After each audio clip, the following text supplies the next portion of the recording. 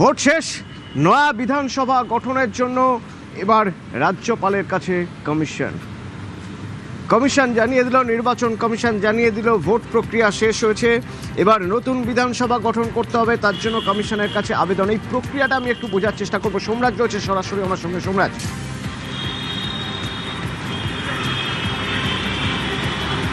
হ্যাঁ দেখো, রাজ্যের মুখ্য নির্বাচনী আধিকারিক মনোজ কুমার আগরওয়াল সহ জাতীয় নির্বাচন কমিশনের তরফে রাজ্যপাল RN রবিকে লোকভবনে এসে রাজ্যের 293টি বিধানসভার যে ফলাফল প্রকাশ হয়েছে এবং তার যে গেজেট নোটিফিকেশন, সেই গেজেট নোটিফিকেশন রাজ্যপালকে আজ আনুষ্ঠানিকভাবে তুলে দিলেন রাজ্যের মুখ্য নির্বাচনী আধিকারিক মনোজ কুমার আগরওয়াল। এরপর রাজ্যপাল RN রবি তিনি নতুন সরকার গঠনের প্রস্তুতি শুরু করবেন লোকভবন থেকে।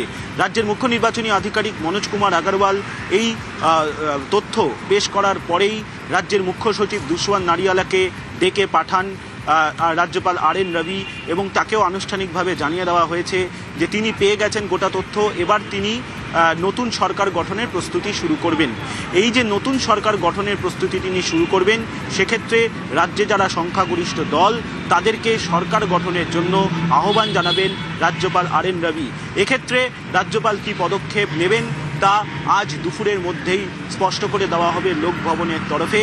সেক্ষেত্রে রাজ্যের যারা সংখ্যাগরিষ্ঠ দল তাদেরকে তিনি আহ্বান করবেন। সেক্ষেত্রে মনে করা হচ্ছে আজ বিকেল বা সন্ধ্যের মধ্যেই বা আগামীকাল সকালের মধ্যেই তিনি রাজ্যের এবারের ফলাফলে যারা সংখ্যাগরিষ্ঠ ক্ষমতা পেয়েছেন তাদেরকে তিনি আহ্বান জানাবেন নতুন সরকার গঠনের জন্য এবং তারপরেই প্রস্তুতি নেওয়া শুরু হবে লোকভবনের তরফে। এবং রাজ্যের সংখ্যাগরিষ্ঠ দলের থেকে জানতে চাওয়া হবে যে তারা কোথায় শপথ নিতে চাইছেন, তাদের তরফে কি পরিকল্পনা রয়েছে সেই বিষয়ে রাজ্যপাল জানতে চাইবেন এবং তারপরেই রাজ্যপাল রাজ্য প্রশাসনকে তার সিদ্ধান্তের কথা জানিয়ে দেবেন। রাজ্যের মুখ্য সচিব দুশওয়ান নারিয়ালাকে কিছুক্ষণ আগেই তিনি ডেকে পাঠিয়েছিলেন। প্রায় 10 থেকে 15 মিনিটের তিনি আলোচনা করেছেন এবং ইতিমধ্যেই রাজ্যের মুখ্য সচিবে বেরিয়ে গেছেন।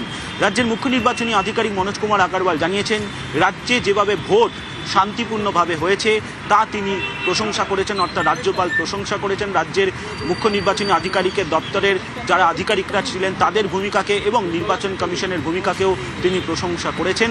এবং রাজ্যের মুখ্য নির্বাচনী আধিকারিকের দপ্তরের তরফে আজ যে 293টি বিধানসভার সামগ্রিক তথ্য তুলে দেওয়া হলো তা নিয়েও একটি প্রাথমিকভাবে আলোচনা হয়েছে রাজ্যের মুখ্য নির্বাচনী আধিকারিকের সঙ্গে। ফলত এখন রাজ্যপাল RN রবি তিনি লোকভবন থেকে সরকার গঠনের প্রস্তুতি শুরু করবেন এবং ইতিমধ্যেই সেই প্রক্রিয়াও শুরু করে দেওয়া হয়েছে।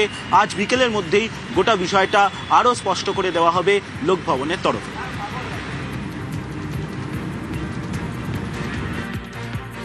ইলেকশনে আজকে ইলেকশন কমিশন ইন্ডিয়া থেকে নোটিফিকেশন হয়ে গেছে অফ দ্য উইনিং ক্যান্ডিডেটস, যেটা আছে ফর 293 সিটস।